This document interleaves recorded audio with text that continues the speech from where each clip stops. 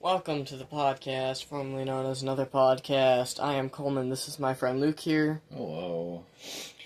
We are back in the mistress place of Luke's laundry room. Yeah. And, we are glad to be back after, a week in between of people not being able to listen to episodes. But this is the first episode of Season 2. So, yeah. Season premiere. We ended and now we're back, so I guess be happy. This is the beginning of what I'd like to think of as our disappointing sequel. Ah, yes. Yes. And then we will be making the really good prequels. Sure. I guess. The slightly less disappointing prequels. Yes. Which will also actually just be sequels. I mean, I don't think we're going to have season 0 or season -1. Or 1.5, or, Anyway. We did talk about imaginary numbers, right? Yeah. Once upon a time we did. Good. That was back in season 1, Yeah. That was so definitely so long ago. Yep. It was only an episode ago, but... What? We only talked about imaginary numbers? Well, no, but I mean, season 1 was only an episode ago. Oh, okay, yeah. That's what I meant. Imaginary Numbers was a mid-season 1 somewhere. Alright, well, enough about the past. Yep. What are we doing now? How are we going to disappoint our listeners today? I mean, I think it's hard to disappoint them after we said we were back in the laundry room. Yeah, you're right. That's a very exciting subject. Yeah, it's a pleasure to be here, an honor, really. To be amongst the washer. Not really much laundry, actually. But we have the wardrobe to Narnia. Yeah. The washer and dryer. Yeah. Books. Yeah. And an accordion. Yeah. We still don't know why there's an accordion here, but there is. It's from our, Eastern European heritage. Which is on my mom's side of the family, so actually that makes no sense. Yeah. So, what are you going to talk about today? Well, I forgot. Okay. Well, that's we'll start normal with for mine. me. That is very normal for me. I had a thought that, like many of the thoughts that I thought would be good, maybe it won't be, but so we need to discuss the most dangerous pastime in Middle-earth. Pastime would be what would that be considered? Well, so, just an activity, something you might find yourself doing for simple land development, really. So just something kind of to do. Yeah. The most dangerous thing to do in Middle-earth is to dig. To the middle of Middle-earth? No. Oh, dang. But, okay, so, the dwarves did dig really, really deep, and they had ended up digging up a Balrog. But as we're shown in the movies, and I don't think that there's really any book basis for this, but let's just say that the movies are the thing, right? Saruman was getting his orc army by digging them up. They clearly showed them digging up an adult orc out of the ground. So you dig and you find orc. If you Right. dig, you find a Balrog. If Yeah. you dig, you'll find probably something worse than that. A dragon.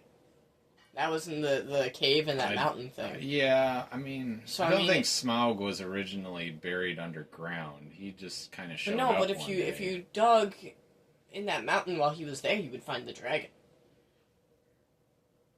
Yeah, I guess. I mean, if you didn't know that there was an entrance to that, you just started digging. Yeah, maybe that's how they should have gotten in. I don't know why they were looking for the secret door when they could have simply just tunneled their way into the dang place. Yeah. This is a good point. But, yeah, I mean, just imagine being, Sam Gamgee, for instance. He's a gardener. like, gardening involves a scant amount of digging. You go to. Do you just feel like you're taking your life into your own hands every time you try to make a little hole for a seed in the You go to ground? make a little hole for a seed, and a gelatinous cube comes off. Tries to kill you. It disintegrates you. Yeah. Yeah, I feel like if a poor gardener, like, I'm Gelatinous planning cube. this. Yeah, like, a gelatinous cube Are is we like wandering into Minecraft now? well, no, there's no such thing as a gelatinous cube in Minecraft, Yes, there as far as is. I know.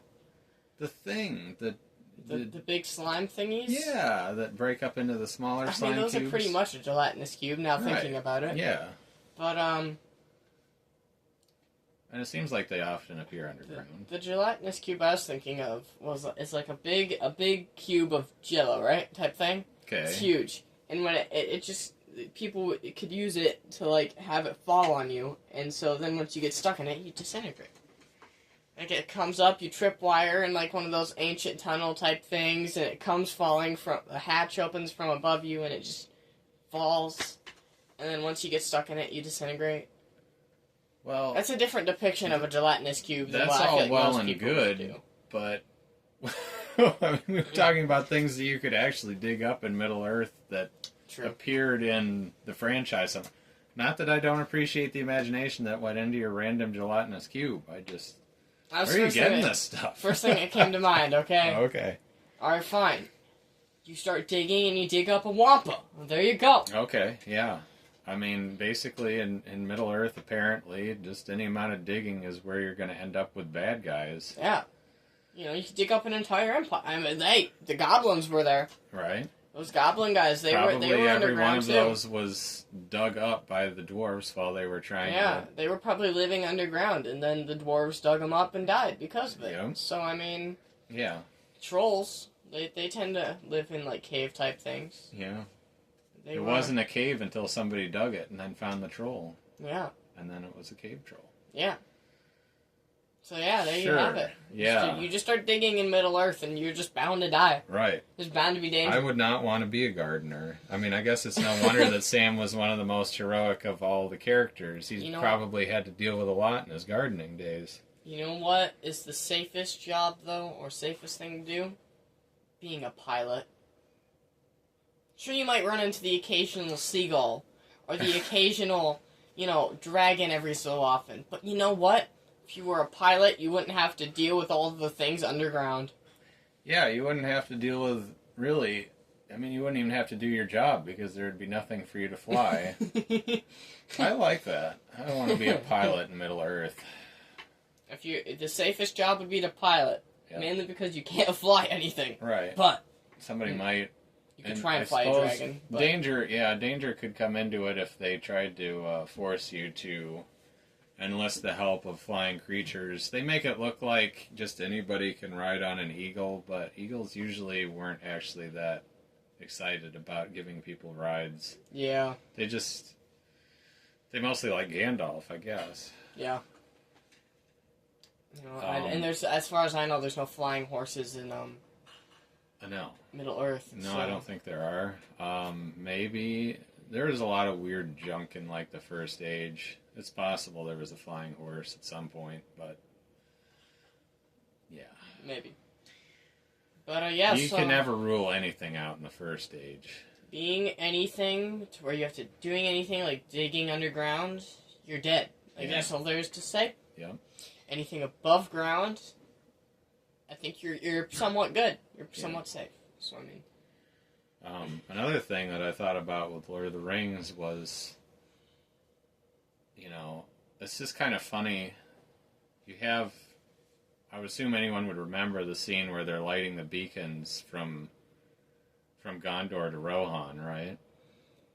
The signal fires. Yeah, I think so. They wrote some great music for it. It was a very, very heroic moment where really actually what is happening is Gondor is just whining and crying for help. Like, it's sort of like making a heroic moment out of crying to your mommy. It's a little bit like that. They went there and, I kind of was just perfectly okay with it and continue to be. it's actually even better now that I realize that the heroic moment is really just them being great big wimps. I don't know. What was the most heroic point in this movie? This specific scene. They're just wimps. Yeah, exactly. They're wimps. We just they're need heroic. you horse people to come save us because we can't do anything.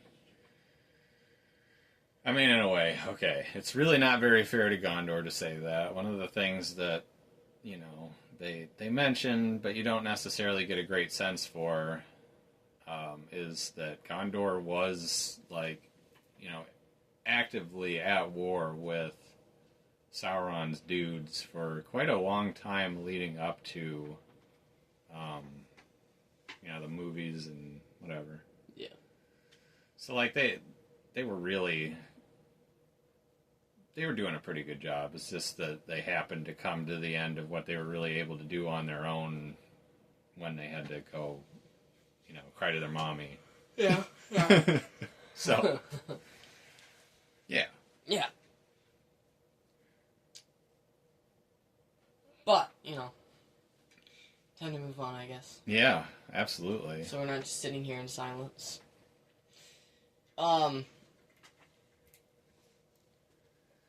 We probably should have figured out this before, but do you have your verses and Impossible Trivia? Yeah, I do. Okay, because I just figured out my Impossible Trivia. I kind of had it, but Okay. I just need to find the verses. But anyway, I was just making sure. 'Cause, you know, Okay. so I can figure out if you're going first or if I'm going first. Well, let's do mine, because... I mean, I don't think we're gonna... do you want to do Impossible Trivia right now? Or do you want to have another topic first? I don't have any other topics, so unless you've remembered what yours is, I mean, we're doomed. Oh, yeah. Uh-oh. So, it was... The Night Before Christmas. No, but you're close to a story. Okay. Anyway. Now. Yeah. We're gonna have to think of, like, it's gonna be a Uncle Scrooge type thing, but instead of scaring you, it's more of like A Wonderful Life. Okay? Still the movie I've never watched. But, Yeah, you gotta watch what would be a life without Luke Ward? Oh. That doesn't have anything to do with anything. Well, no, but, you know, I had to think of something. Everybody would be very happy, and there would never have been any crime, and, the end. Oh, yeah. The crime just, you know, creates right as Luke was born. Right, retroactively throughout history, crime existed because I was born. So as soon as you were born, then it was like, it's official. The reason we're committing all this crime is now born. So let's keep doing it. No, but it's more of a Nelson Mandela thing. Like, you know, he changes what history used to be into what it is now, and that's what I did. Okay. So at one fun time before you were born, it wasn't that way. Right. Somebody used the scroll of retroactive continuity right when you were born and changed all of it. Okay. Yep. Nelson Mandela, that fiend. Yeah. Always messing everything up. Now with me, I don't know what would happen. We should just talk about Nelson Mandela sometime, by the way. All his just evil antics. I realized the other day that when I was a kid, aliens were referred to as little green men. Okay? Yeah. These exact same aliens are now, for whatever reason, more professionally known as gray aliens. When did they become gray? Instead of little green men, Yeah, how do you go from being green to being gray? you turn sick. When something green You- turns sick, it has to turn to some color, and it can't turn green because it's already green. Oh, So I think it just gotcha. has to turn. Yeah. I think they turn gray when they're sick. So, for the last 10 to 20 years, they've just been ailing. They've just been getting ill. Is that Yeah, why when they're... they turn gray, they're sick. You know, when they're green, they're normal.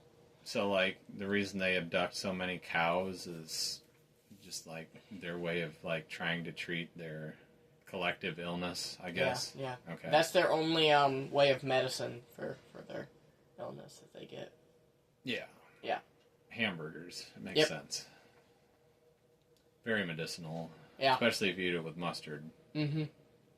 You know, their big heads need a lot to think, so I mean...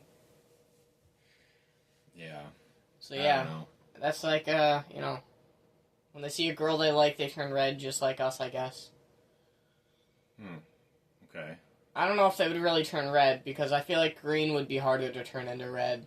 Yeah, they're like, they they are would on turn opposite blue. sides of the They color would, they wheel. would turn blue. So, There we go. the color wheel itself is another thing that I guess we can blame Nelson Mandela for.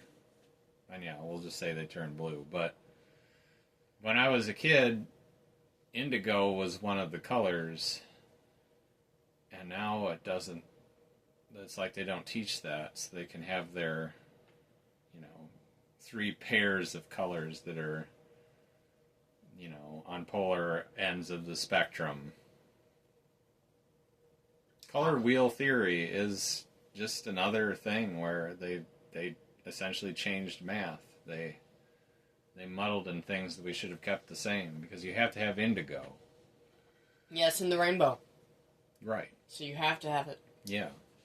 Roy G. Biv does not function without the I. Yeah. You don't have enough vowels for anything. That's true. So, just remember that. The color wheel is all wrong. Yeah, it's evil. And, that's, yeah. So, We're really striking out today. This is a disappointing sequel. It is. It is. Maybe we can make it up with, like Impossible Trivia. I don't know. Let's get to it. It's going to be 20 minutes here soon anyway. It's Impossible Trivia time!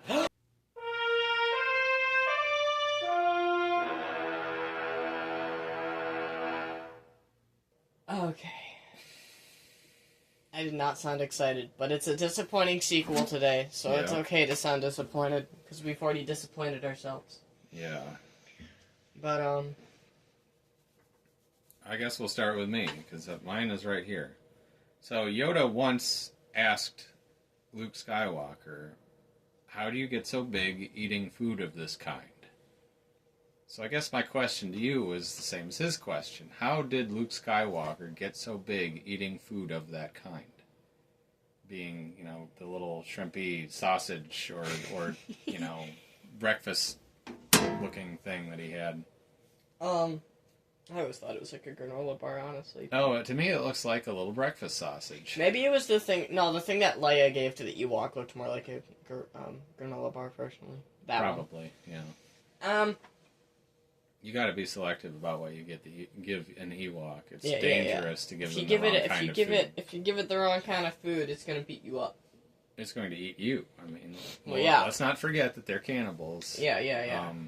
Or at least they're perfectly okay with eating other creatures that have the same level of intelligence. Yeah. Yeah. I mean, I don't know how Luke Skywalker would have gotten that big, because, I mean, they're tiny things, and I guess if you eat enough of them, you would grow. But, you know, in that little lunchbox that he had, I don't think he could fit any more than, like, 30. I don't even think he could fit 30, but... It didn't look like a day's supply of food, No, honestly. it didn't even look like, no, it looked like maybe half a meal. Yeah. Maybe a meal if you were lucky. The extension to that question is then, what was in the soup that Yoda served Luke? Like, when Yoda goes to make soup, what are his ingredients? What is his go-to soup-making methodology? Some of those bugs he finds in his bed. Okay.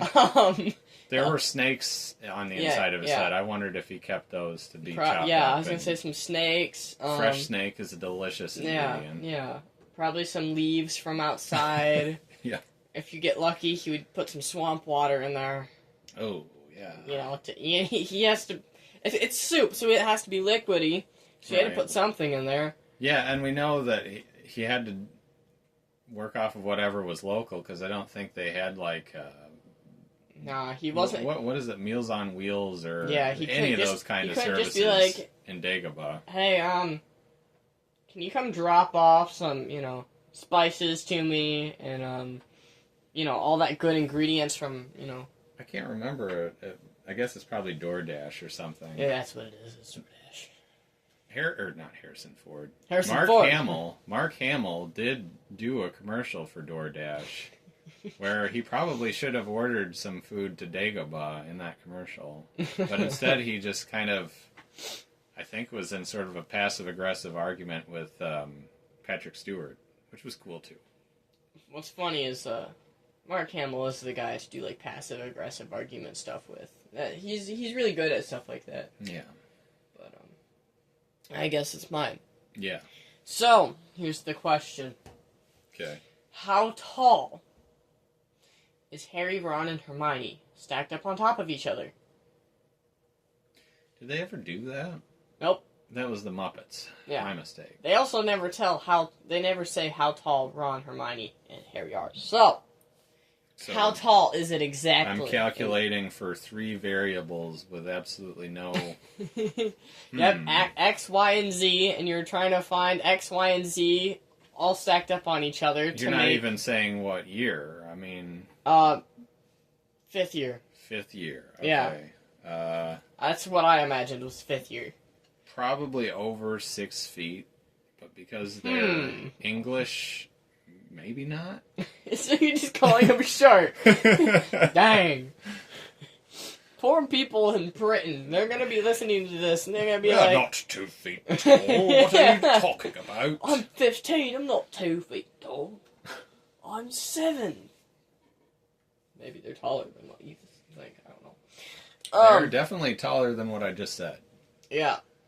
I mean, if we said 7th years, you could say that Ron and Harry are probably over 6 foot because they're grown men by that point. But yeah, they're each over 6 feet. Yeah, but that's too much. You don't know how tall they are when they first go to Hogwarts, but like you can obviously try and do the math and figure out they're over 6 foot. I think Hermione was knocking on the door of 8 feet tall, wasn't she? Dang, you're making her tall. You know, I mean. Growth spurts. Yeah. Anyway, let's do that versus stuff. Versus. There, now we had our own jingle for versus. An exciting development for the new season. Yeah. Do you have one? Yeah. Okay. You want me to do it? Yeah. Alright, this is gonna be big. Anakin versus Darth Vader. Now, we're assuming we're going to do Episode 3 Anakin, because I was going to say Episode 3 or 1, but the thing is Episode 1 Anakin would actually get demolished by poor Darth Vader. Okay, yeah, that's true. So, that's why I'm picking 3, because Episode 2 was just... You don't want to watch Episode 2 for Anakin. Well, because otherwise it's just with him and Padme making out, so it's like... He could go toe-to-toe with Count Dooku for a little while in Episode 2, but he's certainly much more powerful by Episode 3, as he pointed out. You going toe-to-toe with an old guy with a lightsaber and getting your arm cut off, that's kind of embarrassing. Now listen. I understand that Count Dooku is not an old guy. He is the old guy. Yeah. But anyway, it's hard for me to imagine a situation where Episode 3 Anakin wouldn't just, like, buzzsaw his way through his injured self. Well, he'd probably...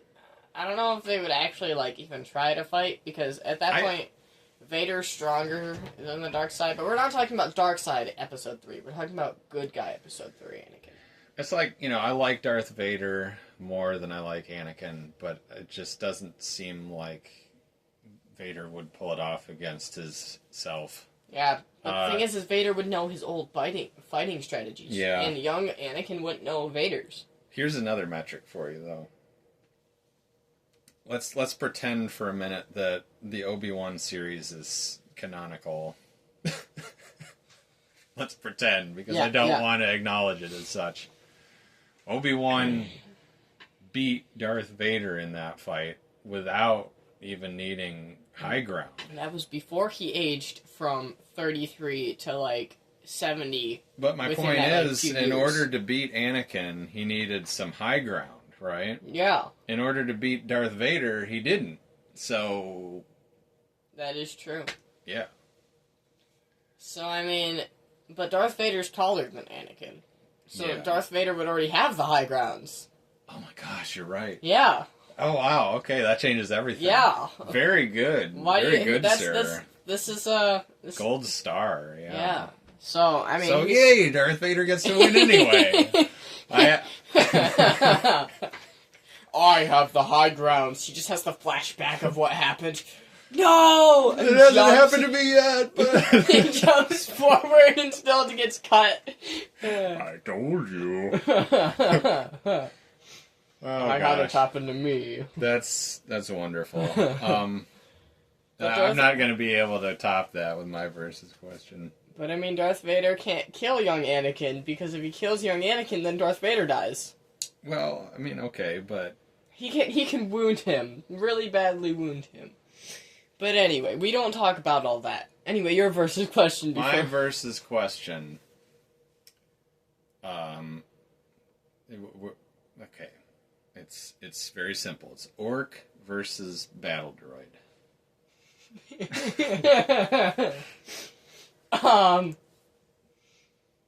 Logical answer would just be the orc. But what type of battle droid? I just mean a B1. Okay, so normal, flimsy battle droid that General Grievous just beat up all the time. Right. And we're pretty much... A Wookiee beat up battle droids, and we're pretty much saying the orc is just a hairless Wookiee. Pretty much. Well, see, like, orc isn't even specific enough. I'm thinking, like, the shrimpy Mordor orcs. I don't mean, like, your full-size Uruks that Saruman was digging Oh, that's up. what I imagined was that. No. I'm going for maximum expendability. Yes, Okay. in both categories. So they're both really wimpy. Right. I think I gotta go with the battle droid. Okay. They Because are more likely to. Because they got the gun, Yeah. and they didn't I have mean- guns in Middle Earth. Right. And, you know, you If have you to... put them close enough together where the orc would almost reach the battle droid, then the battle droid would probably just like fall apart. Yeah. But yeah, at a If distance. it's at a distance, the battle droid would probably win, even though, Yeah. like, it's a 50-50 shot if you could hit it. Right. I mean, yeah. But we're saying it's a lucky shot and he hits him. Yeah, But every shot against an orc is a lucky shot. I mean, that is true. I don't know if an orc was ever missed by anything at any time in any of the Lord of the Rings movies. That is true. They were often getting hit and killed by things that were never even meant to. Especially if you're thinking of like The Hobbit, like Yeah. anything. Things would just hit him, and it's just like, Yeah. oh. Yeah. So Yeah, so I think the battle droid would just win. okay. So, hope the Impossible Trivia and Versus made this and disappointing sequel somewhat watchable or listenable.